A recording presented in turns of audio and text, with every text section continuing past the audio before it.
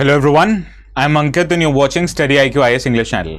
In our today's video, we are going to discuss a remote possibility. Can China stop flow of river water, particularly of Brahmaputra, into India? Now, why this comment came into popular lexicon? It is because a Pakistani official, irritated by India's decision to keep Indus Water Treaty into abeyance so that in future India can stop flow of Indus River and its tributaries into Pakistan, similar comments have been made by Pakistani officials saying that what if China treats you the same way by stopping flow of Brahmaputra River into India? Now, reacting to this comment, Assam's Chief Minister Mr. Himanta Biswa Sarma, he pointed out that 65 to 70% of Brahmaputra river flow, these are generating in India itself. And even if China were to reduce the flow of river water, particularly of Brahmaputra into India, it will rather help India to mitigate the annual floods that happen every year in Assam, particularly during the monsoon season. So in this regard, whether or not China can stop the flow, before understanding this, we need to understand various facts relating to Brahmaputra, where it originates from, how it enters into India, which states does it flow, and what are the important tributaries aligning into river Brahmaputra. Now, the river Brahmaputra itself, it originates in Chemyongdong Glacier located in Kailash range of Tibet. Yeah, this is the same Kailash range where you take pilgrimage for Kailash Mansarovar Yatra.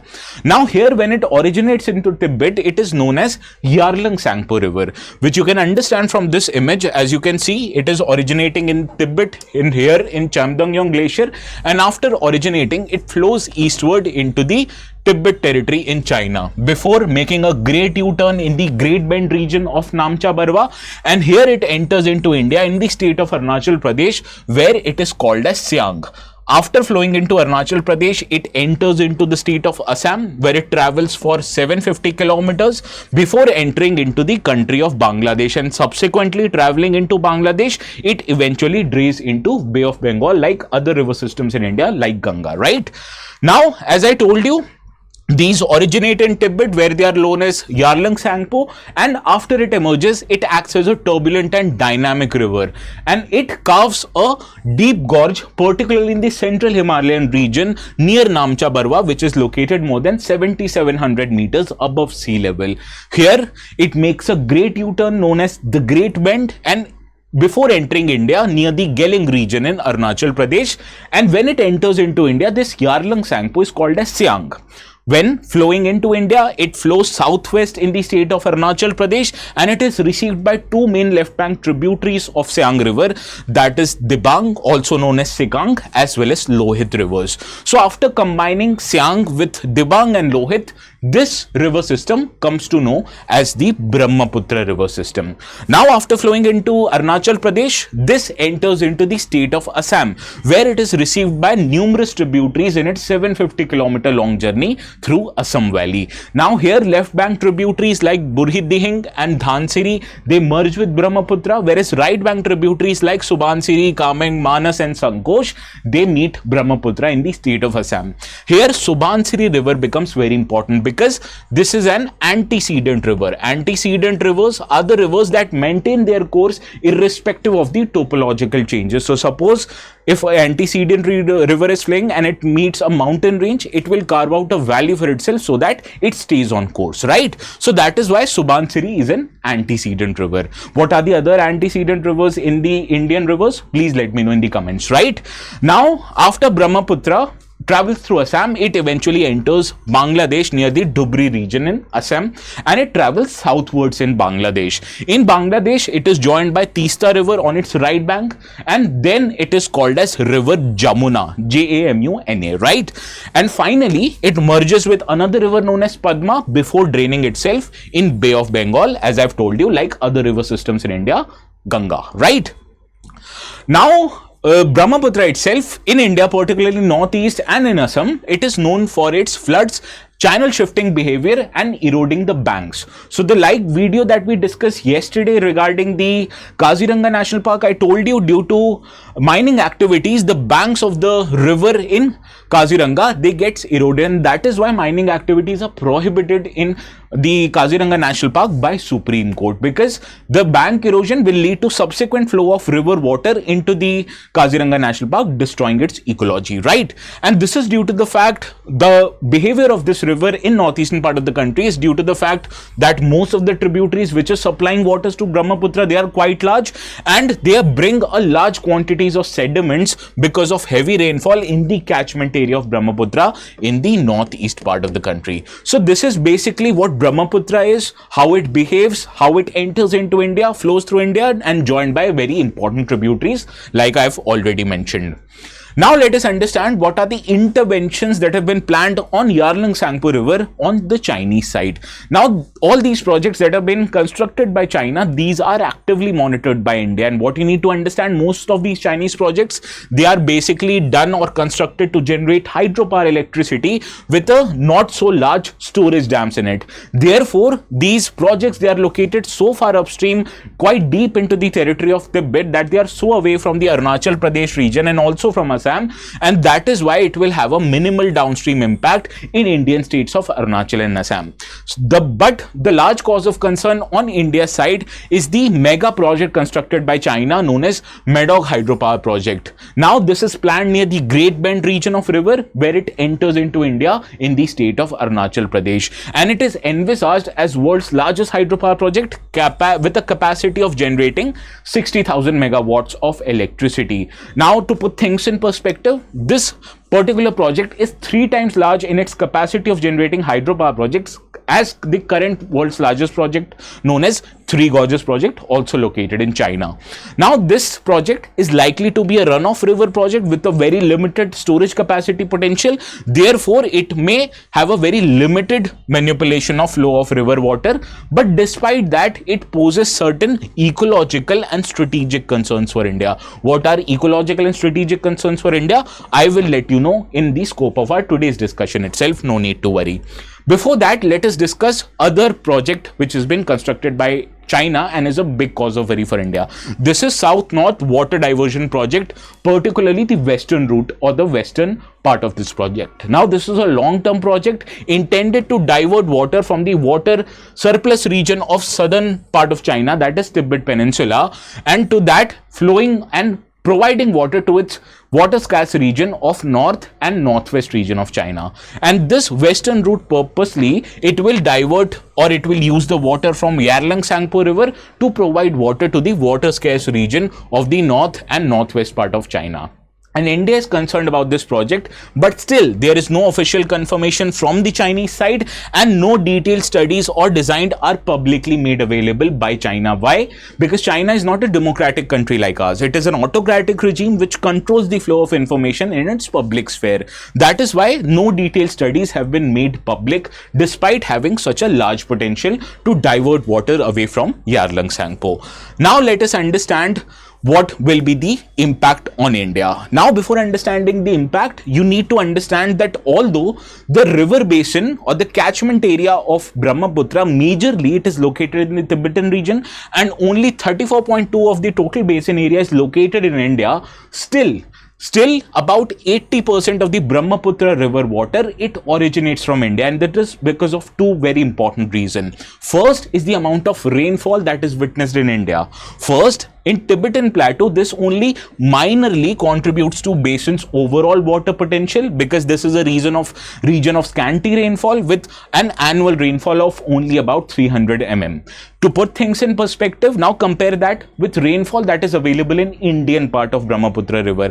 The southern part of river basin of river Brahmaputra, located in India, particularly in Assam, it witnesses an annual rainfall of 2371 mm on an average. And the least amount of rainfall that is available in the river basin of Brahmaputra, it is about 1200 millimeters on an average, which is basically 4 times the amount of rainfall that is witnessed in Brahmaputra river basin in Tibet. So that is why the first reason is plenty amount of rainfall that is contributing to huge flow of water into Brahmaputra, particularly on the Indian side. So this was the first reason. Now the second reason is the amount of tributaries that are contributing to waters in the river system of Brahmaputra. As these tributaries, they meet both both the Brahmaputra river in its northern and southern bank side, that is on left and right bank tributaries, and the yield of river system is increased significantly by the annual monsoons that is witnessed in these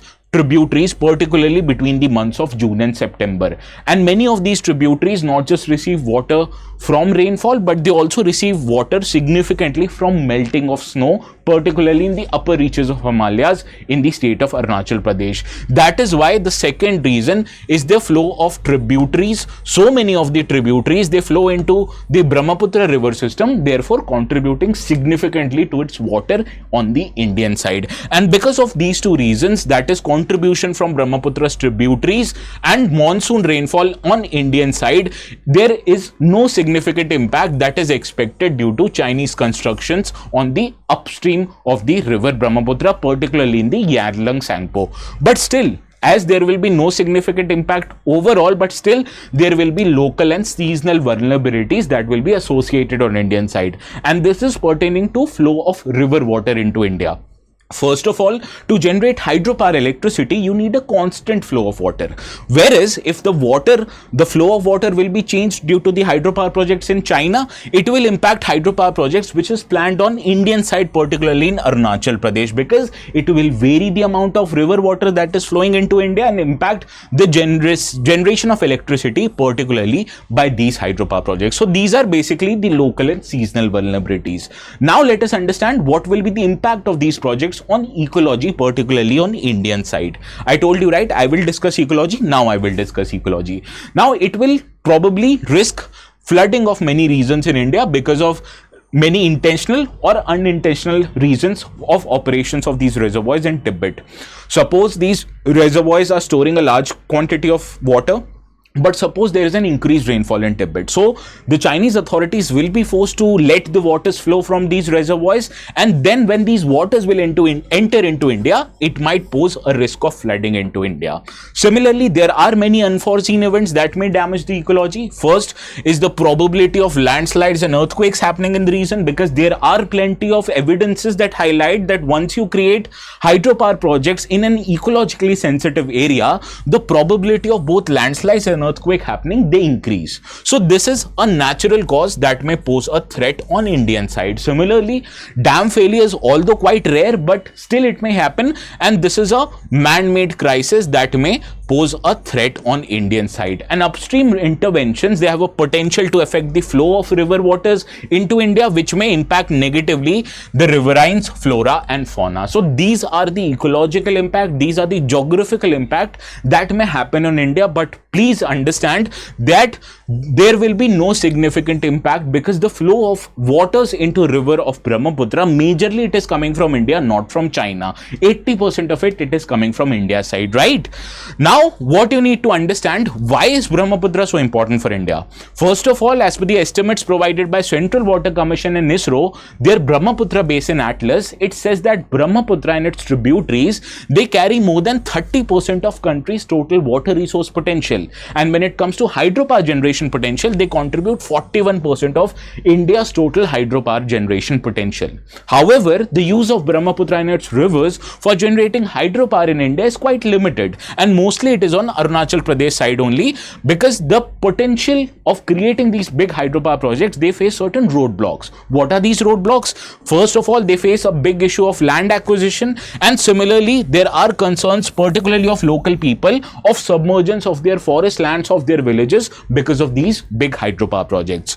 Now India has planned many river projects so as to alleviate the concerns which may be associated with varying flow of river waters, as India has planned many storage on rivers of Brahmaputra system to absorb the variations in the flow, that is periodic flooding and reduction in flows.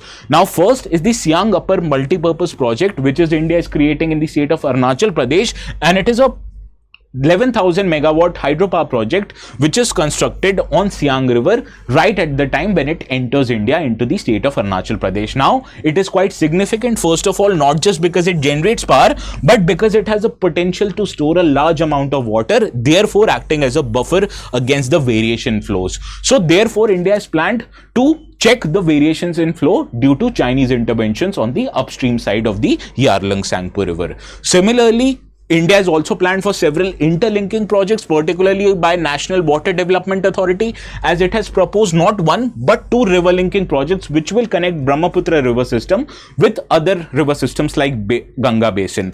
And the intention of these projects will be to transfer surplus water from Brahmaputra side to water scarce region, particularly in the states or eastern part of the country in Bihar and West Bengal. First is the Manas Sankos Tista Ganga linking project, which joins a tributary of Brahmaputra, that is Manas, with Ganga via Sankosh and Tista rivers, and another one will be the Jogi Gopa Tista Faraka link, which joins Brahmaputra, planned at Jogipopa Barrage, and connects it with Ganga at the Faraka Barrage. So these projects are intended to transfer surplus river waters from Brahmaputra into the Ganga, therefore alleviating the concerns of increased water flow in Brahmaputra, which might lead to flooding. So these two projects, that is Siang Upper Multipurpose projects and these two river linking projects, will play a very important role in dealing with crisis that might happen due to Chinese projects on the Tibet side. Now, what India can do further? First, India needs to assess the impact or effect of these interventions by Chinese side by conducting a detailed and multidisciplinary scientific studies, and therefore it will allow India to prepare an adaptive strategy accordingly. And for that, India needs to seek detailed hydrological and project data for continuously monitoring of Brahmaputra river, and for that India need to use its diplomatic channel by mending its relations with China. Similarly, India should also intend to work with China to develop a comprehensive data sharing protocols so that in case of increased river flow in the Tibet region, the Chinese officials and Chinese authorities, they may warn India so that it will allow India the time to prepare for any impending disaster and mitigate the concerns that may be associated with it, right? So this is what India can do. The big part is there will be no significant worry, as even if China decides to control and prevent waters from entering into India, India is well covered because geography is on our side. Understood? Now, before ending our today's discussion, we have done a similar video on Indus Water Treaty, which highlights Chinese controls over Indus water system, and this is a podcast that has been uploaded on our site. Please watch this video. I've provided you the link here, and this video is also available on the same channel which this video is available on, right? But before ending our today's discussion, I'd want you all to solve this PYQ which occurred in 2016 exam. This basically asks you what are the tributaries of Brahmaputra river. Do let me know the correct answer in the comment section, and what do you feel about this article? Does it alleviate your concern, or do you need some more data? I will provide you also, right? So this is all from my side. We'll see each other again tomorrow. Please have a very good night.